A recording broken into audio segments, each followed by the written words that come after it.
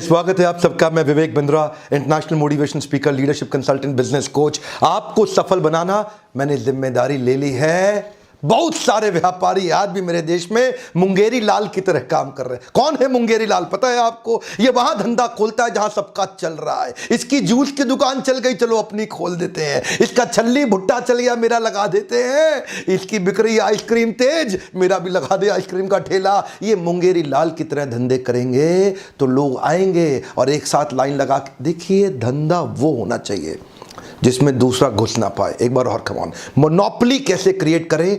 Create करेंगे entry barrier खड़ा करके। क्या होता है एंट्री बैरियर? आज कमाल का फॉर्मूला देने जा रहा हूं।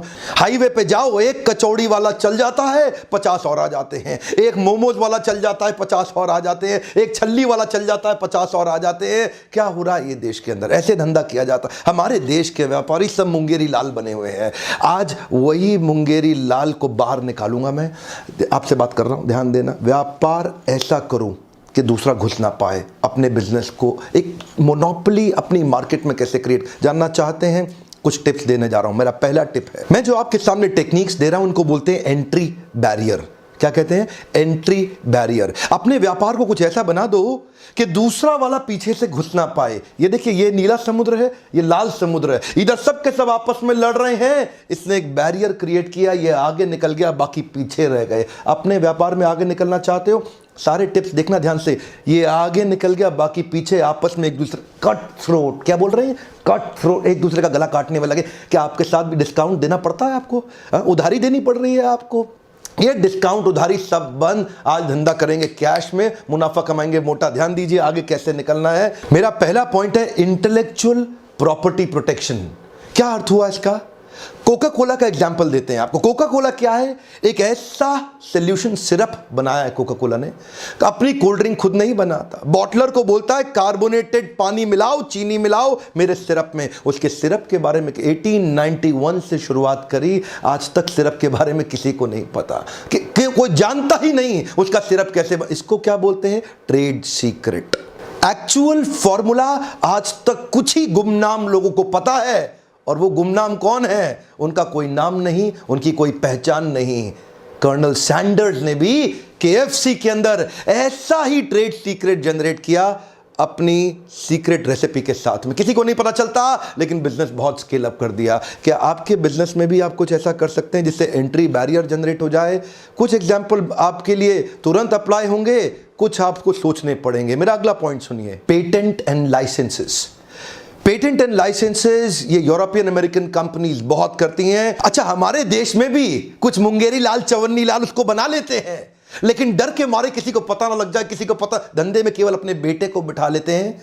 पेटेंट एंड लाइसेंसेस की मदद से धंधा बहुत स्केल अप हो सकता है। फार्मास्यूटिकल इंडस्ट्री में इसका बहुत इस्तेमाल किया जाता है। एक्चुअली ये ओनर को एक राइट देता है, जिस राइट के चलते कोई दूसरा कॉम्पिटिटर उस प्रोडक्ट को ना तो बना सकता है ना बेच सकता है।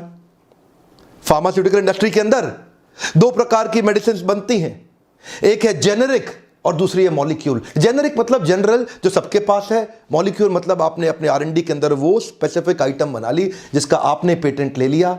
अब 10 रुपए की आइटम आप 1000 रुपए की बेच रहे हैं, लेकिन कोई कंपटीशन घुस नहीं सकता। एंट्री बैरियर क्रिएट कर दिया। एंट्री बैरियर भी क्रिएट किए जा सकते हैं अगर आप छोटे छोटे R&D सेंटर बिल्ड कर ले अपनी कंपनी के अंदर, अपनी ऑर्गेनाइजेशन के अंदर। आपको लगता है मुश्किल, अभी सुनते रहिएगा।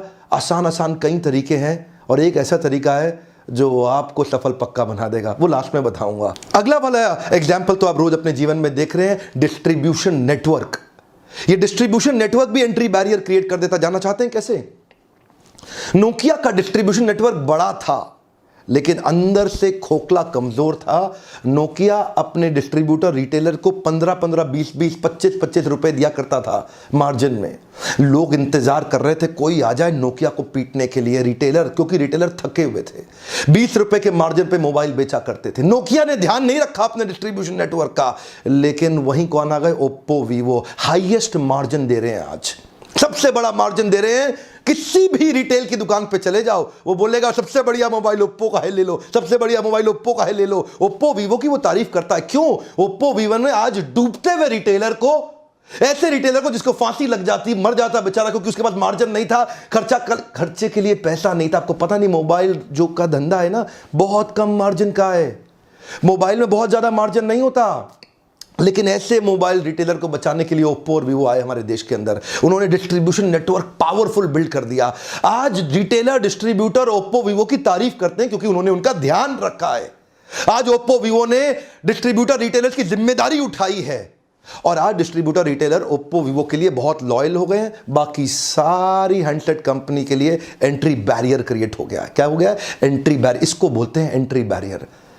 आपके पार्टनर्स के साथ मिलकर आप ऐसा संबंध बना लो, उनके साथ ऐसा मजबूत संबंध बना लो कि दूसरा कोई अंदर घुस ही ना सके। क्या आपने अपना डिस्ट्रीब्यूशन नेटवर्क तैयार किया? कर सकते हैं आप। लीडरशिप फनल में आते हैं ना आप में से कई लोग, उनको हम हेल्प करते हैं बिल्ड करने के लिए। लेकिन अगर आप नहीं आ सकते तो कम से कम वीडियो देखिए। बहुत तरीके हैं एंट्री बैरियर बिल्ड करने के। मैं कुछ और बताने जा रहा हूं। जब सैमसंग और नोकिया एक के बाद एक रिटेलर को घाव पे घाव दिए जा रहे थे और उस पर नमक छिड़क के मुस्कुरा रहे थे, हमारा मोबाइल अपने आप बिकता है, रिटेलर क्या बेचेगा, तभी उनके घाव पे, उनके जख्म पे मरहम लगाने के लिए करण अर्जुन की तरह आए ओप्पो वीवो, जिन्होंने आकर डिस्ट्रीब्यूशन नेटवर्क बनाया। वो मां बोलती थी ना, मेरे करण अर्जुन आएंगे, मेरे करण अर्जुन आएंगे, मेरे करण अर्जुन आएंगे, मेरे करण अर्जुन आएंगे, मेरे करण अर्जुन आएंगे। आ गए ओप्पो और वीवो। ऐसा डिस्ट्रीब्यूशन नेटवर्क को एम्पावर किया। एक एक रिटेलर बोला, देखो देखो हमें बचाने वाले करण अर्जुन आ गए हैं। ओप्पो वीवो की इंटेलिजेंस देखिए, डिस्ट्रीब्यूशन नेटवर्क को इतना एम्पावर किया, रिटेलर उनका साथ दे। क्यों नहीं देगा? क्योंकि उन्होंने रिटेलर को बचाया है। डूबते हुए रिटेलर को ईमानदारी से इज्जत दी है, उसको सपोर्ट दिया है। इसीलिए आज एंट्री बैरियर आ गया, इतना पावरफुल एंट्री बैरियर। अपने पार्टनर्स को मजबूती दीजिए, ये लर्निंग है ओप्पो वीवो से। अपने पार्टनर्स को मजबूती दीजिए, एंट्री बैरियर क्रिएट हो जाएगा। अगला मेरा पॉइंट है एक्सक्लूसिव राइट्स। जिस भी व्यापार के आप अंदर आप हैं, आप देखिए कोई इंटरनेशनल प्रोडक्ट ऐसा है कि जिसका आप एक्सक्लूसिव राइट लेकर के अपने देश इंडिया के अंदर उसका डिस्ट्रीब्यूशन क्रिएट कर सकते हैं। इनफैक्ट कई मोबाइल फोन हैं जो फ्लिपकार्ट और अमेजॉन पे अपने एक्सक्लूसिव राइट देते हैं माल बेचने के लिए, और मार्केट के अंदर हंगामा। देखिए क्यों? क्योंकि एंट्री बैरियर क्रिएट हो गया।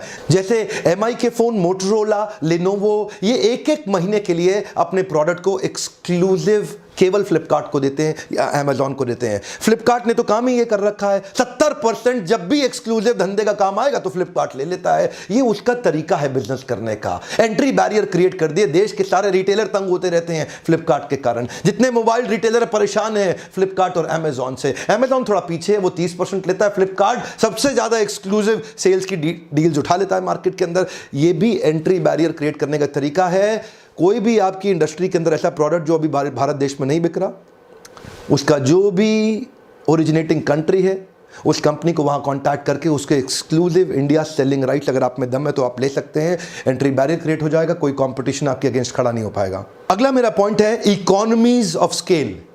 इससे भी एंट्री बैरियर क्रिएट हो सकता है। इकोनॉमीज ऑफ स्केल का मतलब क्या है? माल इतना बेच दो, इतना बेच दो, इतना बेच दो, इतना बेच दो कि वॉल्यूम के कारण आपकी प्रॉफिटेबिलिटी बढ़ जाए, चाहे भले ही मार्जिन बहुत थोड़ा सा क्यों ना हो। उदाहरण है वॉलमार्ट, उदाहरण है डी मार्ट, उदाहरण है बिग बाजार। ये लोग जब मार्केट से माल खरीदते हैं ना, इतना बड़ा बल्क में सेंट्रलाइज्ड परचेजिंग के कारण खरीदते हैं, अपने आखिरी पैसे के 100वें हिस्से के आखिरी पैसे का भी डिस्काउंट ले लेते हैं। इतना बल्क में खरीदते हैं कि उसके कारण ये इकोनॉमीज ऑफ स्केल बिल्ड कर लेते हैं। इनसे सस्ता कोई खरीद ही नहीं सकता, एंट्री बैरियर हो गया। अब इनसे सस्ता कोई बेच ही नहीं सकता, एंट्री बैरियर हो गया।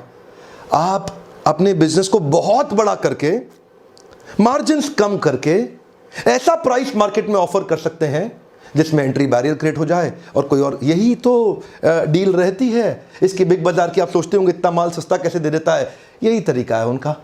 या फिर डी मार्ट भी कर रहा है, अब इससे में बहुत तेजी से ग्रो कर रहा है हमारे देश के अंदर। अगला एग्जाम्पल, ये थोड़ा हर आदमी नहीं कर सकता, इसको बोलते हैं हाई कैपिटल इन्वेस्टमेंट। मेरे आपने पुराने वीडियो में देखा ही हुआ है जियो वर्सेस एयरटेल, जहां मैंने बताया 2.5 लाख करोड़ रुपया इन्वेस्ट नई टेक्नोलॉजी पे किया, पुरानी पे किया ही नहीं जियो ने। इसको बोलते हैं हाई कैपिटल इन्वेस्टमेंट, जहां एंट्री बैरियर क्रिएट कर दिया। एयरटेल बेचारा पुरानी वाली इन्वेस्टमेंट से जूझ ही रहा था, ये नई इन्वेस्टमेंट पे 2.5 लाख करोड़ रुपए खर्च कर दिया। बाकी लोग पीछे पीछे आने में बहुत परेशान हो रहे हैं, इतना बड़ा बैरियर हो गया। टाटा तो बिक ही गया, उसको तो बेचारे को एयरटेल के पास जाना पड़ा, हमको खरीद लो। और उधर से वोडाफोन और आइडिया में चल रहा है। अब ये दोनों सोच रहे हैं हम दोनों एक हो जाते हैं, क्योंकि अलग अलग ये जियो से लड़ नहीं पाएंगे। जियो ने ऐसा एंट्री बैरियर क्रिएट कर दिया, 13 मोबाइल नेटवर्क सर्विसेज की कंपनी हो गई थी, अब 3 ही रह जाएंगी, फिर सब गिर के सब नीचे आ गए। क्यों? Entry barrier. जियो के आते ही हंगामा हुआ देश में।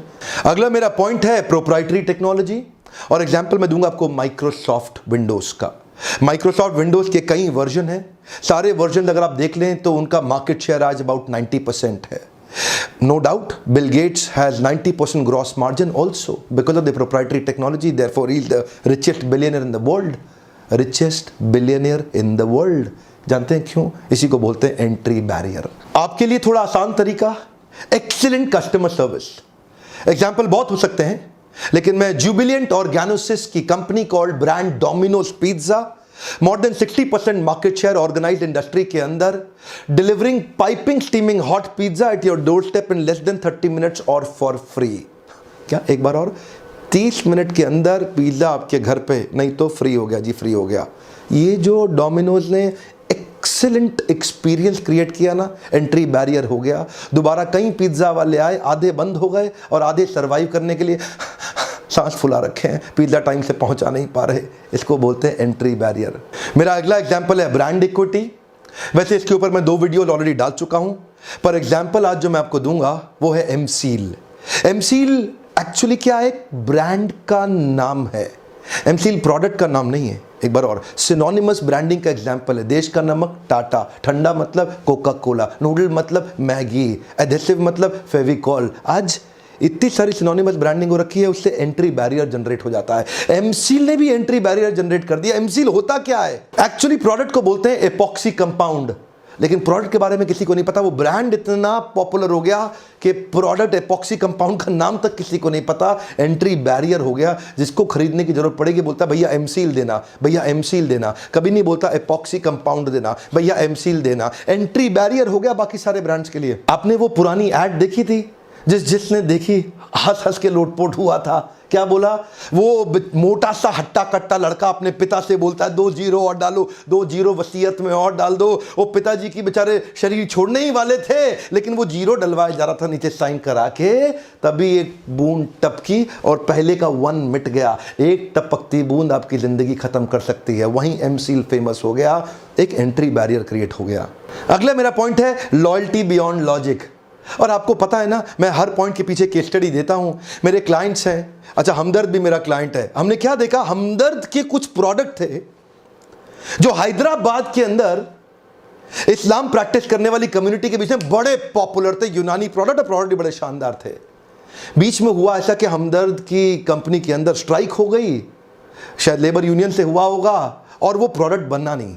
इतने में पीछे बैद्यनाथ ने तैयारी मारी, बैद्यनाथ लेके अपने प्रोडक्ट पहुंच गया। लो भाई हमदर्द तो है नहीं, मेरा ले लो, मेरा ले लो। लोगों ने लेना तो शुरू कर दिया, लेकिन जैसे ही हमदर्द वापस आई, लोगों ने बैद्यनाथ को फिर से भगा दिया और फिर से हमदर्द का प्रोडक्ट लेना शुरू कर दिया। इसको क्या बोलते हैं? Loyalty beyond logic. कुछ मार्केट के अंदर, कुछ रीजन के अंदर आप लॉयल्टी बियॉन्ड लॉजिक जनरेट कर सकते हैं। जैसे इस्लाम प्रैक्टिस करने वाले लोग हमदर्द में बहुत फेथ रखते हैं, वो लॉयल्टी बियॉन्ड लॉजिक है। बेचारा आया तो था बैद्यनाथ, लेकिन कुछ कर नहीं पाया। ध्यान दीजिएगा, रीजनल लॉयल्टी बियॉन्ड लॉजिक भी हो सकती है, जो मैंने पिछले वीडियो में बताया। राहुल गांधी की अमेठी के अंदर लॉयल्टी बियॉन्ड लॉजिक है। कोई भी आ जाओ, राहुल गांधी को अमेठी में हरा नहीं सकते। ऐसे कई उदाहरण हो सकते हैं, रीजनल हो, नेशनल हो। आपकी मार्केट के अंदर भी आप ऐसी सर्विस क्रिएट कर दो, लोग आपको लेके लॉयल हो जाएं। कोई भी आ जाए, आप ही से माल लेंगे, किसी और का लेंगे नहीं। ये एक एग्जाम्पल था केस स्टडी का।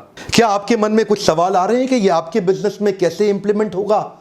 अगर आप अपने बिजनेस में इंप्लीमेंट करना चाहते हैं तो इस पे मैं कुछ फ्रेमवर्क्स बना के देता हूं आपको लीडरशिप फनल प्रोग्राम में, जहां कस्टमाइज तरीके से आप उससे प्रश्न कर सकते हैं कि आपके बिजनेस के अंदर एंट्री बैरियर। देखो, अगर धंधा ऐसा करोगे जो हर आदमी कर रहा है तो डिस्काउंट भी देना पड़ेगा और उधारी भी देना पड़ेगा। कभी धंधे में पनप नहीं पाओगे। असली व्यापारी वो है जो कंपटीशन को तहस नहस तक कर देता है। मैंने बिल गेट्स और मुकेश अंबानी को देखा, इनकी आदत है, पारिवारिक आदत है, पूरे कंपटीशन को तहस नहस कर देने की। आप अपने बिजनेस के अंदर ब्लू ओशन, इनोवेशन या डिफरेंशिएशन क्रिएट करना चाहते हैं और आप चाहते हैं एंट्री बैरियर लग जाए ताकि आपके बिजनेस में हर कोई ना घुस जाए और आप अपने बिजनेस को नए लेवल तक लेके जा सकें। मैं कुछ ना कुछ केस स्टडी के माध्यम से ही उस वीडियो को समझाता हूं, टॉपिक को समझाता हूं। आज भी हर पॉइंट में आपने ध्यान दिया होगा, कोई ना कोई कंपनी का, कॉर्पोरेट का एग्जांपल और केस स्टडी देके उस पॉइंट को एक्सप्लेन किया। यही मेरी स्पेशलिटी है, जिसके लिए आप हर बार आइए और इन पावरफुल वीडियोस को देखिए। आज का मेरा प्रश्न बड़ा सीधा सा है, अगला कौन सा केस स्टडी देखना चाहते हैं, खुल के बताइए। कुछ मैं तुरंत बना देता हूं, कुछ को बनाने में समय ले रहा हूं। मैं जानना चाहता हूं मेरे व्यूअर्स के बीच में सबसे पॉपुलर केस स्टडी कौन से बनाने की डिजायर है, जो आप मुझे कम्युनिकेट करते हैं। सबसे ज्यादा वोट आप कौन सी पॉपुलर केस स्टडी को देना चाहेंगे, मैं नीचे जाके पढ़ूंगा। जो केस स्टडीज आपकी इच्छा हो, एक दूसरे के कमेंट पे भी आप कमेंट कर सकते हैं।